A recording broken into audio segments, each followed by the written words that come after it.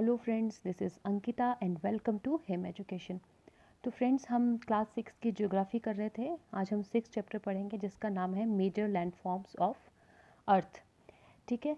तो हमें पता है कि जो अर्थ का सरफेस है वो एक जैसा नहीं है। कहीं पे ऊंचा है, कहीं पे नीचा है, कहीं से ऊबड़ खाबड़ है, कहीं से फ्लैट है। तो अर्थ का सरफेस जो है बहुत ज़्यादा वैरायटी है उसमें। तो आज हम उसके बारे में ही पढ़ेंगे कि किस तरह से जो है वो लैंडफॉर्म है, किस तरह से सरफेस है, उनको किस नाम से हम जानते हैं और वो किस तरह से यूज़फुल है ह्यूमन के लिए। तो आज हम इसके बारे में ही पढ़ेंगे। ठीक है। अभी जो लैंडफॉर्म्स बनते हैं अर्थ के ऊपर, अगर हम बात करें कि अर्थ के ऊपर जो भी लैंडफॉर्म्स हैं, चाहे वो ऊंचे हैं, नीचे हैं, या रग्ड हैं या फ्लैट हैं, वो किस तरह से बनते हैं। तो वो दो प्रोसेसेस की वजह से बनते हैं, जो होते हैं इंटरनल प्रोसेसेस और एक्सटर्नल प्रोसेसेस। ठीक है। उससे पहले हम ये पढ़ लेते हैं, यहाँ साइड में लिखा हुआ है कि हिल क्या होता है। हिल क्या होता है? एक तरह से ये लैंड सरफेस होता है जो अपने सराउंडिंग एरिया है उसके कंपैरेटिवली ऊंचा होता है। ठीक है। जनरली क्या होता है, ये स्टीप हिल होती है जिसकी ऊंचाई जो है वो जो उसका जो आसपास का सराउंडिंग एरिया है उससे ज़्यादा होती है। तो जनरली ये कंसिडर किया जाता है कि जिसकी ऊंचाई 600 मीटर से ज़्यादा होगी उसको माउंटेन कहा जाएगा। ठीक है। आगे यहाँ क्वेश्चन है, name some mountains with height of more than 8000 metres. ठीक है। तो हमने ये पिछले चैप्टर में भी पढ़ा था। एक तो माउंट एवरेस्ट है, कितनी इसकी हाइट होती है? इसकी हाइट है 8848 मीटर्स। ठीक है, हिमालयस में है। तो ऐसी और आप मुझे कमेंट बॉक्स में बता सकते हैं कि ऐसी और कौन कौन सी माउंटेन रेंजेस है जिनकी हाइट जो है 8000 मीटर से ऊपर है। बहुत सारी माउंटेन रेंजेस है ऐसी। तो हम पढ़ेंगे कि कौन कौन से प्रोसेसेस हैं जिसकी वजह से जो लैंडफॉर्म्स हैं इनमें डिफरेंस होता है, इनमें वैरायटी होती है। तो दो तरह के प्रोसेसेस होते हैं, एक होते हैं हमारे पास इंटरनल प्रोसेसेस और दूसरे होते हैं एक्सटर्नल प्रोसेसेस। ठीक है। इंटरनल प्रोसेसेस जो अर्थ के अंदर ही हो रहे हैं। ठीक है। और हमें पता है कि अर्थ के अंदर बहुत टेम्परेचर ज़्यादा होता है, लावा होता है, मोल्टन मैग्मा होता है। उसकी वजह से क्या है, अर्थ के अंदर प्लेट्स होती है जो क्या है कॉन्टीन्यूसली क्या कर रही है, मूव कर रही है। तो उसकी वजह से क्या होता है कि कई कई जगह से जो है अर्थ का पार्ट ऊपर उठ जाता है, अपलिफ्टमेंट हो जाती है, कई जगह से वो नीचे की तरफ चला जाता है, सिंकिंग हो जाती है। तो इस तरह से बहुत सारी जगह पे जो है वो अलग थलग जो है वो लैंडफॉर्म बन जाता है। कुछ जगह से अपलिफ्टमेंट होती है, कुछ जगह पे सिंकिंग होती है। और जो हमारे पास एक्सटर्नल प्रोसेसेस की अगर हम बात करें, आप यहाँ पे देख सकते हैं कि अलग अलग लैंडफॉर्म्स है। कहीं पे हमारे पास एलिवेशन है as compare to the surrounding area. ये जो हमारे पास जो बिल्कुल एक तरह से हम बोल सकते हैं कॉनिक होते हैं, इनको हम माउंटेन्स कहते हैं। या जो हमारे पास ऊंचा एरिया होता है पर ऊपर से फ्लैट होता है, उनको हम प्लेट्यू कहते हैं। ये प्लेन्स होते हैं जिनकी एलिवेशन जो है वो ज़्यादा नहीं होती। तो अलग अलग जो है वो लैंडफॉर्म्स हैं। कौन कौन से एक्सटर्नल प्रोसेसेस होते हैं? इसके लिए एक्सटर्नल प्रोसेसेस की बात करें तो दो तरह के होते हैं। एक होता है हमारे पास वेयरिंग डाउन और दूसरा होता है rebuilding of the land surface. अब ये वेयरिंग अवे और रीबिल्डिंग ऑफ लैंड सरफेस क्या होता है कि हमें पता है कि जो अर्थ का सरफेस है, जब बारिश होती है या तेज़ हवाएं चलती हैं उसकी वजह से क्या होता है, मिट्टी बह जाती है। ठीक है। उसको हम कहते हैं इरोजन। ठीक है। हमें पता है जब बारिश होती है तो नदियों के पानी के साथ, रिवर्स के पानी के साथ क्या होता है, जो मिट्टी है या और सिल्ट होती है, सैंड होती है, वो स्टोन्स होते हैं, वो बह जाते हैं। और दूर कहीं जाके जब वो नदी उसको, जब उसका बहाव कम हो जाता है, वो उसको डिपॉजिट कर देती है किसी जगह पे, तो उसको हम कहते हैं डिपोजिशंस। ठीक है। तो इस तरह से क्या होगा, इस डिपोजिशन की वजह से प्लेन्स जो है वो क्रिएट होंगे। तो ये जो प्रोसेसेस होते हैं इनकी वजह से क्या होता है, अलग अलग लैंडफॉर्म्स जो है बनते हैं। तो हम ये कह सकते हैं कि जो लैंडफॉर्म्स हैं वो डिपेंड करते हैं एलिवेशन के ऊपर, किसकी कितनी ज़्यादा हाइट है, उस हिसाब से जो है हम लैंडफॉर्म्स को तीन हिस्सों में बांटते हैं। पहला है माउंटेन्स, दूसरा है प्लेट्यूज और तीसरा है प्लेन्स। ठीक है। हम तीनों के बारे में बारी बारी से पढ़ेंगे। सबसे पहले हम पढ़ते हैं माउंटेन्स के बारे में। माउंटेन्स क्या होते हैं? It is mountain is any natural elevation of earth surface. हमें पता है कि जो नेचुरल एलिवेशन जो खुद क्रिएट हुई है, जो एलिवेशन खुद जो है हाइट क्रिएट हुई है अर्थ के सरफेस की। ठीक है। ये माउंटेन्स क्या होते हैं, उनका जो बेस होता है वो ब्रॉड होता है और ऊपर से क्या होते हैं वो, ऊपर से क्या होते हैं वो कॉनिकल होते हैं। मतलब उनका जो ऊपर वाला सरफेस होता है वो पतला होता है। ठीक है। इस तरह से माउंटेन्स की जो है शेप होती है। तो ये हम बोल सकते हैं कि जो इनका सराउंडिंग एरिया है उसके कंपैरेटिवली क्या होते हैं, ये हायर होते हैं, ऊंचे होते हैं। कुछ माउंटेन्स तो इतने ऊंचे होते हैं जो क्लाउड से भी ऊंचे होते हैं। तो अगर हम जितना ऊपर जाते जाएंगे वैसे वैसे क्या होगा, क्लाइमेट ठंडा होगा। क्यों होगा? क्योंकि टेम्परेचर कम होगा। क्योंकि हमें पता है कि जो डेंसिटी ऑफ एयर है वो कम होती है हाइट्स के ऊपर, डेंसिटी ऑफ एयर कम होगी, टेम्परेचर कम होगा, इसीलिए हम ये मान सकते हैं कि जो माउंटेन्स है वहाँ पे क्या होगा, जो लाइफ है वो बहुत टफ होती है, क्योंकि वहाँ पे हिल स्लोप्स होती हैं, फार्मिंग के लिए जो है वो बिल्कुल भी फेवरेबल कंडीशंस नहीं होती, इसी वजह से। अब कुछ माउंटेन्स में क्या होता है कि वहाँ पे जो आइस होती है, एक तरह से हम बोल सकते हैं कि जमी हुई बर्फ़ की नदियाँ होती हैं, जिनको हम ग्लेशियर्स कहते हैं, ठीक है। अब माउंटेन सिर्फ अर्थ के सरफेस के ऊपर नहीं होते, जो हमारा समुद्र है, सी है, उसके अंदर भी माउंटेन्स होते हैं, ठीक है। अब माउंटेन्स पे ज़्यादा लोग क्यों नहीं रहते, because of the harsh conditions, harsh climate हम इसको बोल सकते हैं, स्लोप्स जो है वो स्टीप होती हैं, तो इसीलिए फार्मिंग के लिए बहुत ज़्यादा कम जो है वो हमें जो है वो जगह मिलती है, ठीक है। अब माउंटेन्स को अगर हम अरेंज करें एक लाइन में, जिस तरह से ये माउंटेन है, हम इसको अरेंज करें पैरेलल में इसे लाइन में, तो ये क्या बन जाएगा, इसको हम बोलेंगे रेंज, इसको हम बोलते हैं माउंटेन रेंज। अब इसकी जो लेंथ है बहुत ज़्यादा जो है वो कुछ किलोमीटर से हंड्रेड्स ऑफ किलोमीटर तक जा सकती है। अगर हम कुछ एग्जांपल्स दें, हिमालयाज़ जो कि एशिया में है, ठीक है, that is a mountain range.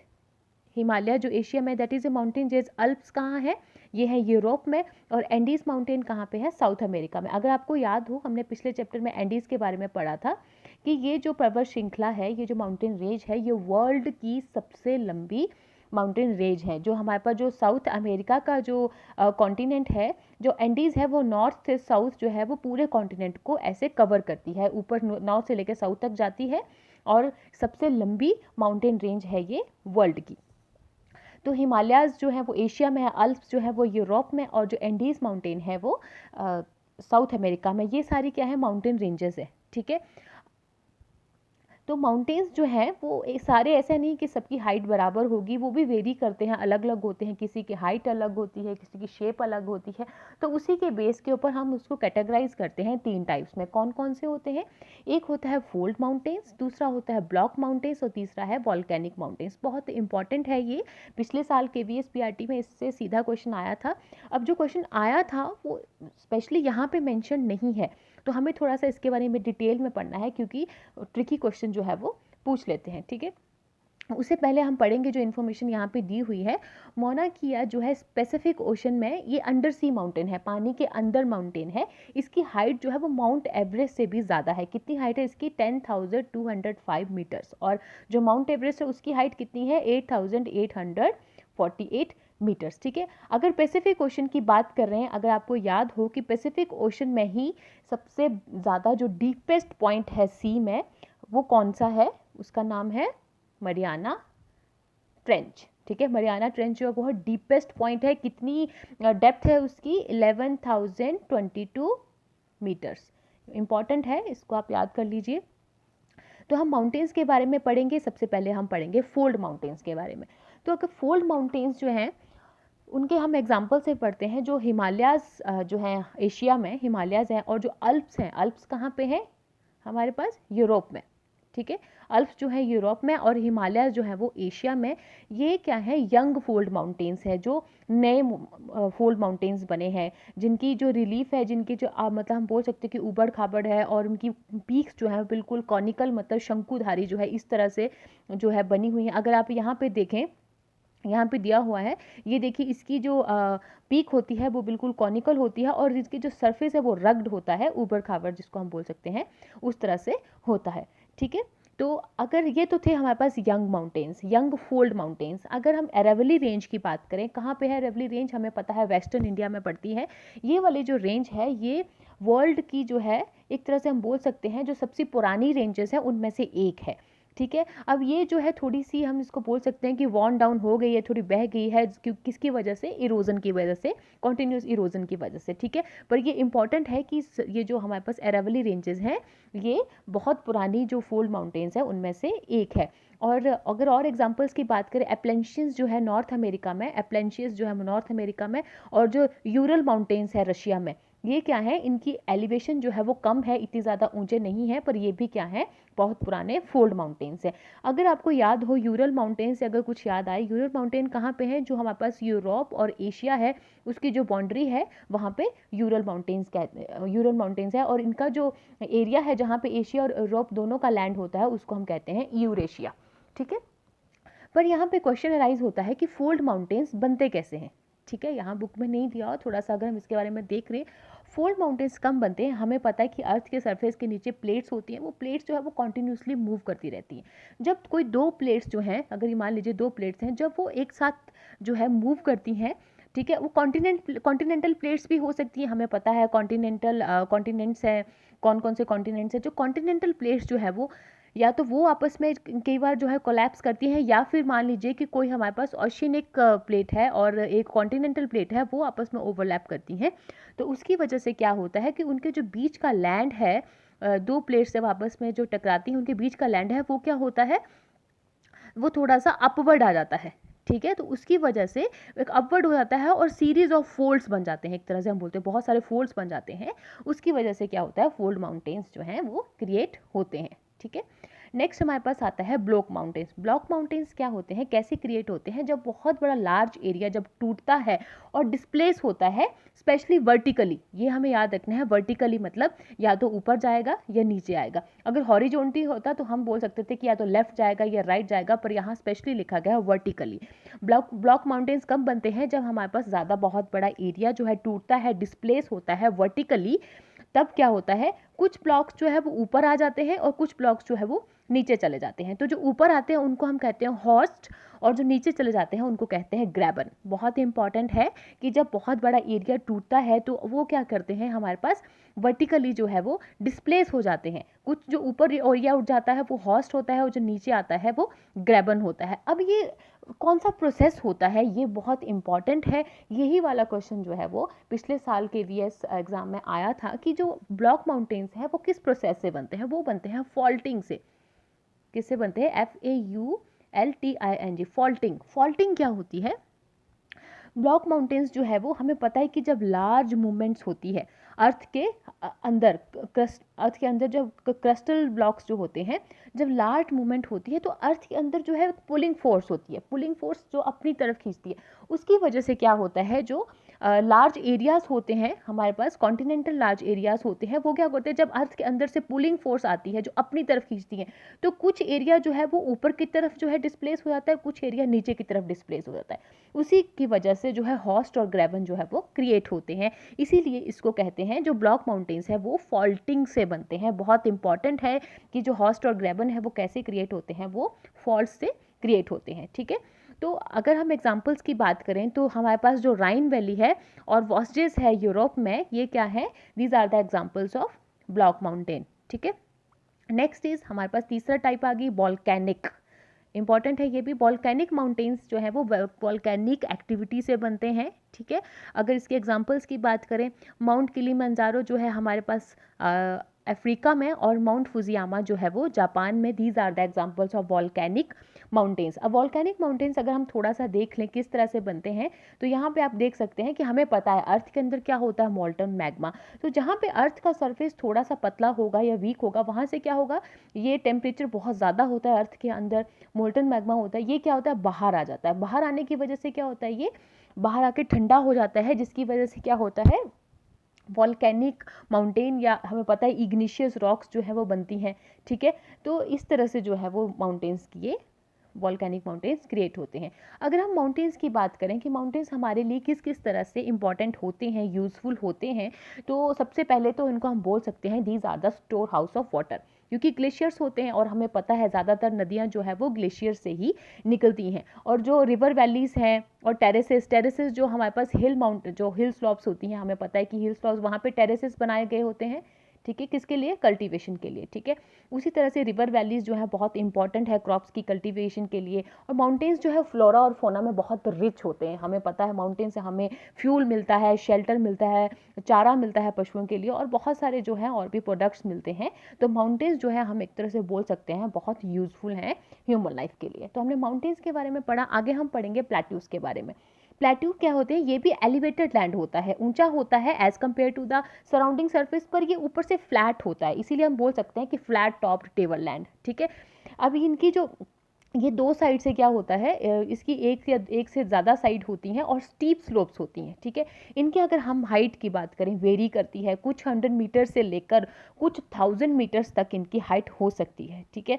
Plateaus भी जो हैं वो माउंटेन्स की तरह यंग होते हैं या फोल्ड होते हैं, ओल्ड होते हैं, या कुछ पुराने हैं कुछ नए हैं। अगर हम पुराने की बात करें, जो डेक्कन प्लेटू है इंडिया का जो डेक्कन प्लेटू है, ठीक है, डेक्कन प्लेटू है in India, it is one of the oldest plateau, ठीक है। और इम्पॉर्टेंट हमें पता जो डेक्कन प्लेट्यू है वो तीनों तरह से क्या है, ये अगर हमारे पास इंडिया का मैप है, सॉरी थोड़ा अच्छा नहीं बना, पर इंडिया वो जो अगर डेक्कन प्लेट्यू जो है वो तीनों तरफ से पानी से घिरा हुआ है। डेक्कन प्लेट्यू जो है वो सबसे हम एक तरह से बोल सकते हैं कि पुराने प्लेट्यूज में से एक है। और अगर हम किसी दूसरे कॉन्टिनेंट के प्लेट्यू की बात करें, अफ्रीका में अगर हम बात करें, ईस्ट अफ्रीकन प्लेट्यू जो है हमारे पास 3 कंट्रीज़ में पड़ता है, केन्या, तंजानिया और युगांडा, या फिर वेस्टर्न प्लेट्यू है ऑस्ट्रेलिया का, ये सब एग्जाम्पल्स हैं किसके, ओल्ड प्लेट्यू के, ठीक है। और जो हमारे पास तिब्बत का प्लेट्यू है, ठीक है, ये हमारे पास इंपॉर्टेंट है यहाँ पे, क्योंकि जो तिब्बतन प्लेट्यू है it is the highest plateau in the world, कि जो हमारे पास वर्ल्ड का सबसे ऊंचा प्लेट्यू है वो कौन सा है, तिब्बत प्लेट्यू। इसकी हाइट कितनी है, 4000 मीटर से लेके 6000 metre from the mean sea level. हमें पता है सी लेवल से हम एलिवेशन 0 लेके चलते हैं, क्योंकि सी लेवल जो है वो इक्वल है ऑल ओवर द वर्ल्ड, ठीक है। अब प्लेट्यूज जो है वो हमारे लिए क्यों इंपॉर्टेंट होते हैं, बहुत इंपॉर्टेंट होते हैं। सबसे पहली बात, मिनरल डिपॉजिट जो है वो सबसे ज़्यादा प्लेट्यूज में ही होते हैं, ठीक है। इसीलिए क्या होगा, मिनरल्स होंगे तो माइनिंग एरिया भी सबसे ज़्यादा जो है प्लेट्यूज में ही होगा। अगर हम इंडिया की बात करें, सबसे ज़्यादा जो है वो मिनरल्स कौन से प्लेट्यू में है, तो वो है छोटा नागपुर। छोटा नागपुर जैसे झारखंड हो गया, उड़ीसा हो गया, छत्तीसगढ़ हो गया, ये सारे क्या हैं, बहुत ज़्यादा मिनरल डिपॉजिट्स हैं वहाँ पे। कौन कौन से, जैसे आयरन हो गया, कोल हो गया, मैंगनीज हो गया, ये छोटा नागपुर प्लेट्यू में आते हैं। और अगर हम वर्ल्ड की बात करें तो अफ्रीकन प्लेट्यू, जहाँ पे सबसे ज़्यादा क्या होता है, गोल्ड और डायमंड, ठीक है। अब प्लेट्यू एरियाज़ में एक और अच्छी बात होती है कि वहाँ पे वाटरफॉल्स बहुत ज़्यादा होते हैं, क्योंकि रिवर्स जो है वो हाइट से गिरती हैं तो वाटरफॉल्स क्रिएट करती हैं। तो यहाँ पे एक दो एग्जाम्पल दिए हुए हैं वाटरफॉल्स के। इंपॉर्टेंट है हुंड्रू फॉल्स इन द छोटा नागपुर प्लेट्यू। हुंड्रू फॉल्स जो है वो स्वर्ण रेखा रिवर पे बना हुआ है। और स्वर्ण रेखा रिवर कहाँ है, स्वर्ण रेखा झारखंड में। तो आप मान सकते हैं कि जो हुंड्रू फॉल्स हैं वो कहाँ पे है, झारखंड में। और जो दूसरे हमारे पास हम बोल सकते हैं जॉग फॉल्स जो है वो कर्नाटका में। These are the important waterfalls, ठीक है। तो जो प्लेट्यू रीजन है वो हमने मान लिया कि जान लिया कि किस तरह से इंपॉर्टेंट है, मिनरल्स डिपॉजिट्स होते हैं इसलिए माइनिंग होती है, तो बहुत इंपॉर्टेंट है इकोनॉमिक पॉइंट ऑफ व्यू से, ठीक है। और जो हमारे पास लावा प्लेट्यूज होते हैं, अगर हम लावा प्लेट्यूज की बात करें, वहाँ पे कौन सी सॉइल होती है, ब्लैक सॉइल। इंपॉर्टेंट है कि अगर क्वेश्चन पूछ सकते हैं कि लावा प्लेट्यूज में किस तरह की सॉइल पाई जाती है, ब्लैक सॉइल, ठीक है। लावा प्लेट्यूज बहुत फर्टाइल होते हैं, कल्टीवेशन के लिए बहुत इंपॉर्टेंट होते हैं, ठीक है। लावा प्लेट्यूज की अगर हम बात करें, कौन कौन से एरिया इसमें कवर होते हैं, नॉर्थ वेस्टर्न। नॉर्थ वेस्टर्न कौन सा आ गया हमारे पास, नॉर्थ वेस्टर्न मतलब महाराष्ट्र, गुजरात, मध्य प्रदेश, ये सारे किसमें आ गए, लावा प्लेट्यू में, ठीक है। तीसरा हम पढ़ेंगे प्लेन्स। हमने माउंटेन्स पढ़ लिया, हमने प्लेट्यूज पढ़ लिया, हमने हाई एलिवेशन से शुरू किया था माउंटेन से, फिर हम प्लेट्यू पे आए थे। प्लेट्यू इस तरह का लैंड होता है जो ऊपर से फ्लैट होता है as compare to surrounding area. अब हम आ जाएंगे प्लेन से। प्लेन्स जो है बिल्कुल फ्लैट होते हैं, ठीक है। और प्लेन्स की जो अगर हम बात करें हाइट की, 200 मीटर से ज़्यादा जो है वो सी लेवल से वो उससे ज़्यादा नहीं जाती। कुछ तो एक्सट्रीमली लेबल्ड होते हैं, प्लेन होते हैं, कुछ होते हैं जो स्लाइटली क्या होता है, अप डाउन जो होते हैं, थोड़ा सा हाइट में हो गया, थोड़ा सा नहीं हुए, तो इस तरह से जो है प्लेन्स होते हैं। अब प्लेन्स बनते कैसे हैं, हमें पता है कि वो रिवर से बनते हैं या उनकी ट्रिब्यूटरी से। जब रिवर्स माउंटेन से आती हैं, जो पहाड़ों से आती हैं बह के, तो अपने साथ जो है वो सैंड, स्टोन, सिल्ट, ये जो है अपने साथ बहा के लाती हैं। जब उनको वो डिपॉजिट कर देती है तो उस डिपॉजिट के कारण जो है वो प्लेन्स जो है बनते हैं। अब प्लेन्स जो है बहुत फर्टाइल होते हैं, वहाँ पे ट्रांसपोर्ट नेटवर्क जो है ईजी होता है, ट्रांसपोर्टेशन बहुत ईजी होता है, इसी वजह से थिकली पॉपुलेटेड होते हैं।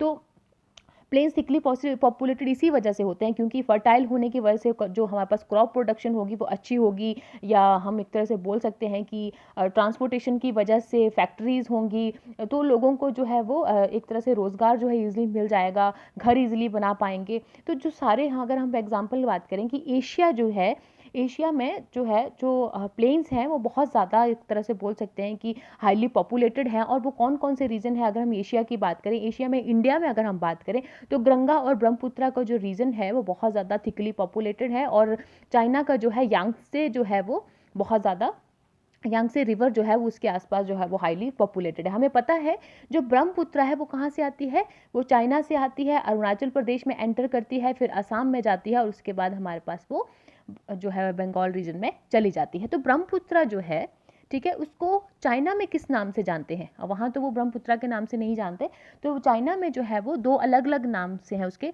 एक नाम है सैंगपो, ठीक है, स्पेलिंग में लिख दे देती हूँ, सैंगपो, जिसका मतलब होता है प्यूरीफायर, और दूसरा नाम इसका होता है यारलंग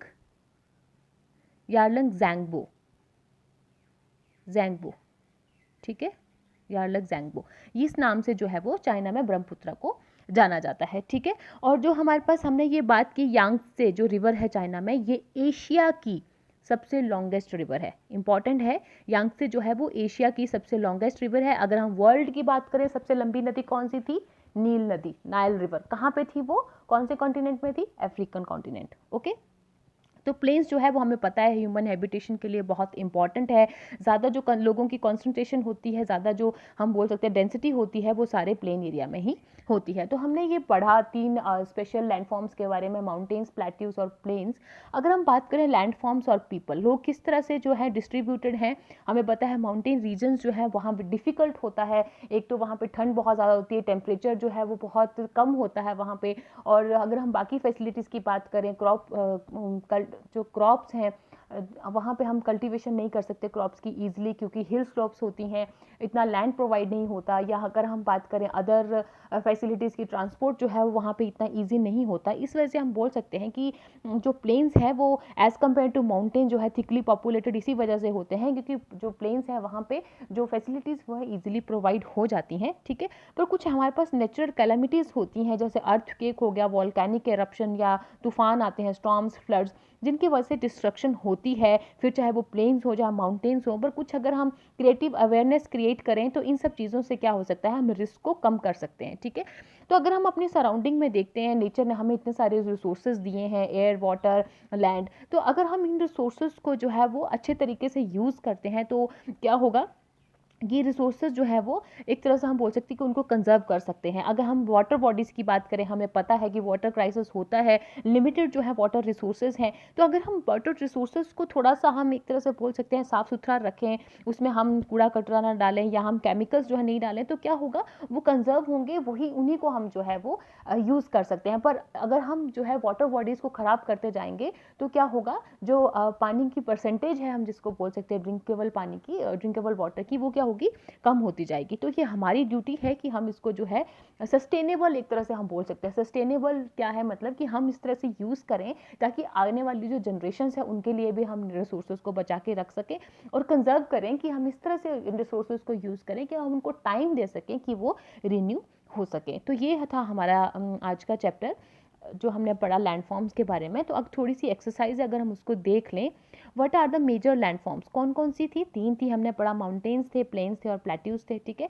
अब what is the difference between mountains and plateau? होते दोनों एलिवेटेड हैं, पर जो माउंटेन्स होती है उनकी एलिवेशन ज़्यादा होती है, ये ऊपर से कॉनिकल होते हैं, और जो यहाँ पर प्लेट्यूज होते हैं वो क्या होते हैं, एक तरह से एलिवेटेड होते हैं पर फ्लैट लैंड्स होते हैं, ठीक है।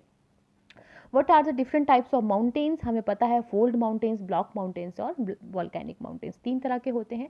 आगे है हमारे पास how are mountains useful to man? हमें पता है माउंटेन्स बहुत यूजफुल होते हैं। एक तो इनको हम बोल सकते हैं स्टोर हाउस ऑफ वाटर, उसके बाद हमें यहाँ से कितना कुछ मिलता है, फॉडर मिलता है, फ्लोरा और फौना बहुत रिच होती है वहाँ की, हमें फ्यूल मिलता है, ये सब क्या है, हमें माउंटेन से मिलता है। या मेडिसिनल प्लांट्स हैं वो हमें माउंटेन से मिलते हैं। Next is how are plains formed? हमें पता है प्लेन्स कैसे बनते हैं, रिवर्स के साथ जो भी बह के आता है, सिल्ट हो गया या सैंड हो गया, जो भी हमारे पास इरोजन हो गया आता है, जब वो डिपॉजिट होता है उसकी वजह से प्लेन्स जो क्रिएट होते हैं। Next is why are the river plains thickly populated? क्योंकि वहाँ पे जो बहुत फर्टाइल होते हैं, ट्रांसपोर्ट ईजी होता है, बाकी फैसिलिटीज़ जो है वो ईजिली प्रोवाइडेड होती हैं। Why are mountains thickly populated, thinly populated? Mountains thinly populated क्यों होते हैं? क्योंकि हार्श क्लाइमेट की वजह से, ठीक है, और जो है फर्टाइल लैंड नहीं होता क्रॉप प्रोडक्शन के लिए, इसी वजह से, ठीक है। आगे है tick the correct answer. The mountain differ from hill in terms of? जो माउंटेन्स जो है वो हिल्स से किस तरह से डिफरेंट होते हैं? होते तो दोनों एलिवेटेड हैं, पर एलिवेशन में, मतलब जो माउंटेन्स हैं उनकी हाइट क्या होती है, ज़्यादा होती है, ठीक है। Glaciers are found in? Glaciers कहाँ होते हैं? माउंटेन्स में, प्लेन्स में या प्लेट्यू में? सीधा आंसर है इसका, कहाँ पे? माउंटेन्स में। Next is the Deccan plateau is located in Kenya, Australia, India? तो डेक्कन प्लेट्यू कहाँ है? इंडिया में। Next is the river यांगसे flows in, ये रिवर यांगसे कहाँ पे है, चाइना में। अभी अभी पढ़ा कि जो रिवर यांगसे है वो एशिया की सबसे लंबी रिवर है। Next is an important mountain range of Europe is, कौन सी है, अल्प्स, ठीक है, क्योंकि एंडीज कहाँ पे है, साउथ अमेरिका में, और द रॉकीज कहाँ पे है, ये है नॉर्थ अमेरिका में, और जो एल्प्स हैं वो है यूरोप में, ठीक है। Next is filling the blanks, a dash is an unbroken flat और ए लो लेवल लैंड, क्या होता है ये, इसको हम बोल सकते हैं plain. The next is the Himalaya and the Alps are examples of, कौन से टाइप के माउंटेन्स थे ये, fold mountains, young fold mountains इनको हम बोल सकते हैं। Next is dash areas are rich in mineral deposits, कहाँ पे सबसे ज़्यादा मिनरल्स होते हैं, प्लेट्यू रीजन में, ठीक है, तो यहाँ पे आंसर आ जाएगा plateau. Next is the dash is a line of mountains, तो एक तरह से हम बोल सकते हैं रेंज, जब बहुत सारे माउंटेन्स की लाइन बनती है तो उसको हम रेंज कहते हैं, सीरीज जब बन जाती है माउंटेन्स की, पैरेलल सीरीज, ठीक है।